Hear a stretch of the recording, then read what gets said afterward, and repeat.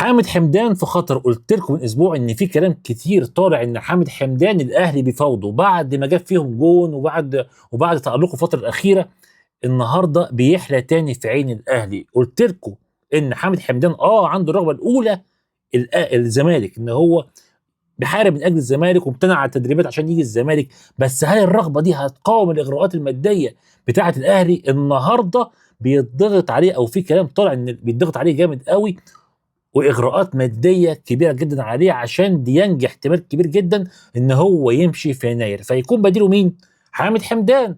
فده بيخلي الاهلي يضغط ماديا بصوره كبيره جدا عليه. هل بقى حامد حمدان هيصر برضه يجي الزمالك بالرغم من ايقاف القيد والمشاكل الماديه والموقف بتاع الزمالك المادي اللي احنا فيه ده؟ هل هو هيضحي بده كله ويجي الزمالك؟